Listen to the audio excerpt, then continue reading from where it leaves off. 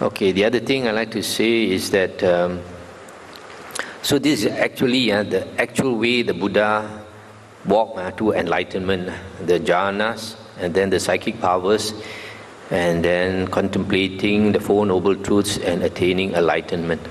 Now, in the Hinayana school, later books, which use the later books like Abhidhamma and the commentaries and the Visuddhimagga and the sub-commentaries and all that, they teach differently. They say the way to enlightenment is not through the jhanas but through the jhanas, the 16 jhanas.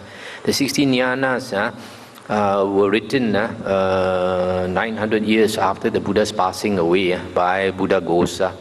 And people like Mahasi Sayadaw, he used it to create Mahasi method of meditation, which you find is totally not found in the suttas, in the original words of the Buddha. It's something he created. That's why it's called Mahasi method of meditation. It's not called the Buddha's method of meditation, but called Mahasi method. And nowadays you have Goenka method. Oh, this is not the Buddha's method. These vipassana methods, they say that jhana is not necessary. But here you can see from the sutta, without the 4 jhanas, the mind cannot be, like the Buddha says here, purified, bright, unblemished, rid of imperfection, malleable, wieldy, steady, and attain to imperturbability. Only with such a mind, you can direct it, the Buddha says, to whatever knowledge you want to attain in the suttas. That's how the Buddha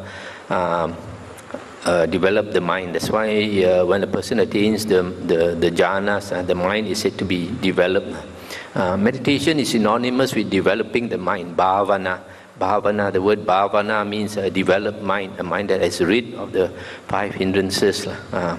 So the Hinayana school, the later schools, they talk about pure vipassana, they talk about the 16 jhanas, which contradicts the suttas. The Mahayana, on the other hand, also teach wrongly by saying that the path to enlightenment is by making vows, bodhisattva vows, and cultivating the paramis.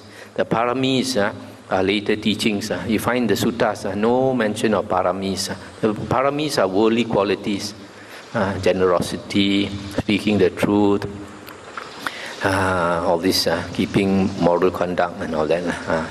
So this is later, these two are later Buddhist teachings, the Hinayana school and the Mahayana school. We don't want to practice these two. We want to practice original Buddhism, rely only on the suttas of the Buddha, as the Buddha advised.